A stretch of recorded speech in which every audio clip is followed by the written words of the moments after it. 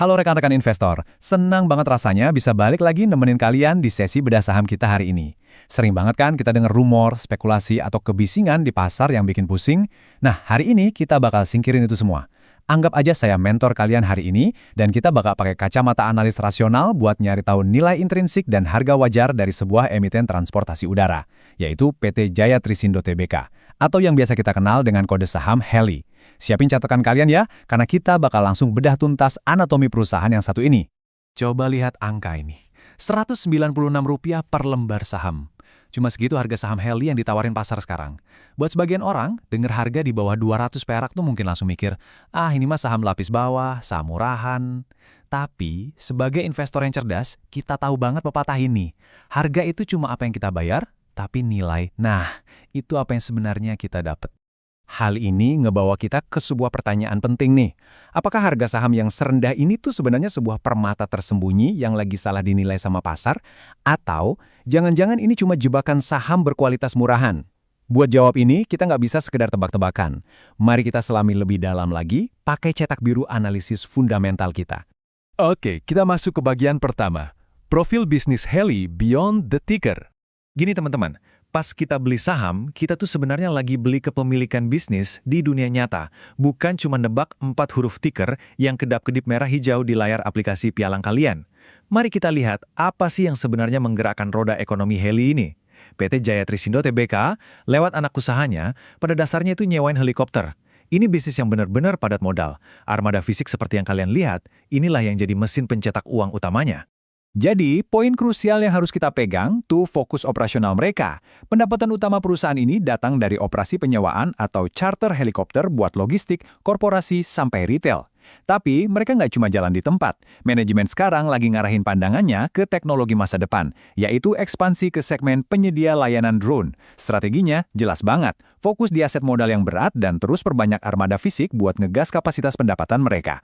Nah, sekarang kita masuk ke bagian kedua, bedah kinerja keuangan under the hood. Ibaratnya beli kendaraan, kita kan udah tahu nih modelnya. Sekarang ayo kita buka kap mesinnya buat ngecek seberapa efisien HELI ini nyetak laba. Mereka berhasil ngebukuin margin laba bersih atau net profit margin di angka 17,08%. Buat gampangnya, dari tiap Rp100 pendapatan, mereka sukses ngantongin sekitar Rp17 sebagai laba bersih. Lumayan efisien kan? Terus, laba per saham atau EPS ada di Rp31,64.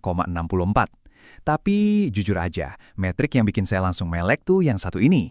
Coba perhatiin, return on equity atau ROE-nya mendekati 30% loh. Asal kalian tahu, nyetak ROE di atas 15% aja udah dianggap sangat baik. Lah ini hampir 2 kali lipatnya. Buat kita-kita penganut value investing, ROE 29,74% ini ibarat dapat tanda centang hijau gede. Ini nunjukin kalau manajemen tuh punya efisiensi luar biasa buat muterin modal dari pemegang saham, jadi keuntungan yang terus berbunga. Ini indikasi awal banget kalau mesin uang mereka sangat sehat. Tapi tunggu dulu, bagian 3, analisis risiko utang, weighing the liabilities. Sebagai mentor kalian, saya harus ngingetin pakem investasi yang satu ini. Imbal hasil yang kelewat tinggi hampir selalu datang beriringan dengan risiko yang tinggi juga. Angka ROE yang fantastis tadi maksa kita buat ngebedah lebih dalam. Dari mana sih modal itu berasal? Nah ini dia, rasio utang terhadap ekuitas atau debt to equity ratio mereka di tahun 2023 itu nyentuh 268,17%, angka yang sangat masif rekan-rekan. Kalau ROE tinggi tadi ibarat injekan pedal gas yang kuat, nah DR 268% ini ibarat beban super berat di bagasi yang bisa bikin mobil oleng dan terguling kalau tiba-tiba nikung tajam. Di titik inilah kita harus mulai dialog batin dan nimbang probabilitas risiko kebangkrutannya. Di satu sisi, kita punya bisnis dengan arus kas yang kuat dan margin yang tebal tadi, tapi di sisi lain, rasio utang terhadap aset mereka nyaris 73%. Artinya apa? Ya artinya, sebagian besar aset yang dipakai buat muterin duit tadi sebenarnya dibiayain pakai utang. Kalau tiba-tiba ada guncangan makroekonomi, beban utang yang gede ini bisa dengan cepat nguras seluruh kas mereka.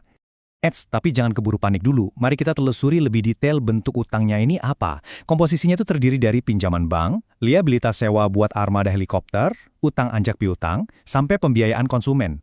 Kalian harus paham, dalam industri aviasi, utang kayak gini tuh nggak selalu bermakna buruk loh. Ini emang ongkos yang wajar aja buat ngebiayain armada fisik yang harganya selangit. Selama utilitas helikopter mereka tinggi dan duit sewa dari klien masuknya lancar, utang ini justru jadi leverage atau daya ungkit yang bikin ROI mereka meroket tadi. Masuk akal ya? Lanjut ke bagian keempat, katalis masa depan, growth runway. Dalam investasi, pasar kan selalu melihat ke depannya, dan ternyata perusahaan ini nggak lagi tidur siang. Coba kita cek landasan pacu pertumbuhan mereka. Di kuartal pertama tahun ini, mereka udah nambah amunisi lewat akuisisi helikopter Airbus senilai 10 miliar rupiah. Nggak berhenti di situ, mereka juga udah ngerencanain ekspansi besar-besaran ke segmen drone di sepanjang tahun 2025 nanti. Kenapa? Karena ini sejalan banget sama dorongan regulasi pemerintah yang menargetkan operasi drone komersial lepas landas di tahun 2026. Ini ibarat angin segar makro yang lagi mereka manfaatin. Buat ngonfirmasi langkah agresif itu, Pak Edwin Wijaya selaku Direktur Utama Heli nyatain langsung kalau tambahan armada baru ini bakal berkontribusi positif pada pendapatan perseroan. Manajemen kelihatan pede banget ya, kalau aset modal 10 miliar ini bakal jadi katalis langsung buat dorong top line atau pertumbuhan pendapatan mereka ke depan. Jadi Heli ini bukan cuma sekedar nyawain helikopter konvensional, mereka berevolusi ngikutin teknologi. Bayangin aja, potensi logistik dan layanan pakai drone komersial di Indonesia yang notabene negara kepulauan, wah, ini pasar yang masif banget. Kalau mereka berhasil jadi pelopor di segmen tahun 2026 nanti, lintasan pertumbuhan mereka bakal sangat-sangat menarik buat dipantau. Akhirnya kita sampai di bagian kelima, valuasi, murah atau mahal, the fair price arithmetic. Sekarang kita udah kumpulin semua kepingan puzzle-nya ya. Bisnis yang efisien, manajemen yang agresif ekspansi, tapi tetap diikat sama beban utang yang lumayan tinggi. Mari kita gelar fakta valuasinya secara netral. Dengan kapitalisasi pasar yang cuma di kisaran 165,74 miliar rupiah, saham Heli ini diperdagangkan di price to earnings ratio atau PE 6,19 kali. Dalam lingkaran value investing, PE di bawah 10, apalagi di angka 6, itu dianggap murah banget. Kalian ibaratnya cuma butuh nunggu 6 tahun buat balik modal dari labanya. Tapi, price to book ratio mereka ada di 1,84 kali, agak sedikit di atas nilai bukunya. Kenapa? Ya karena ekuitas mereka tadi udah tergerus sama proporsi utang yang lumayan gede. Sekali lagi, ayo kita pastikan seberapa jago mereka nahan uang biar nggak bocor kemana-mana. Laba bruto ada di 23,12%, turun ke laba operasional di 16,56%, dan tetap bisa nyisain laba bersih di 17,08%. Ini ngebuktiin kalau operasional inti perusahaan ini sangat solid dan nguntungin. Beban utang, walaupun kelihatan gede secara rasio, ternyata faktanya masih sanggup di-cover dengan baik oleh mesin operasi yang konsisten mencetak laba ini. Jadi rekan-rekan investor, mari kita kembalikan ke landasan pemikiran kritis kita. Punya ROI mendekati 30%, katalis bisnis drone di depan mata, plus mesin pencetak kas yang efisien. Pertanyaannya sekarang, apakah rasio PE 6 kali di harga Rp196 ini murni sebuah mispricing, sebuah permata tersembunyi yang diabaikan pasar, ataukah sebaliknya, pasar emang lagi ngasih harga diskon yang pantas karena mereka ngelihat resiko dari gunungan utangnya? Nah, keputusan akhirnya ada di tangan kalian masing-masing. Pelajari lagi data yang udah kita bedah bareng hari ini, ukur batas toleransi resiko kalian, dan jadilah investor yang rasional. Terima kasih banyak udah ngikutin sesi bedah saham ini dari awal sampai akhir. Sampai jumpa di pembedahan saham menarik berikutnya.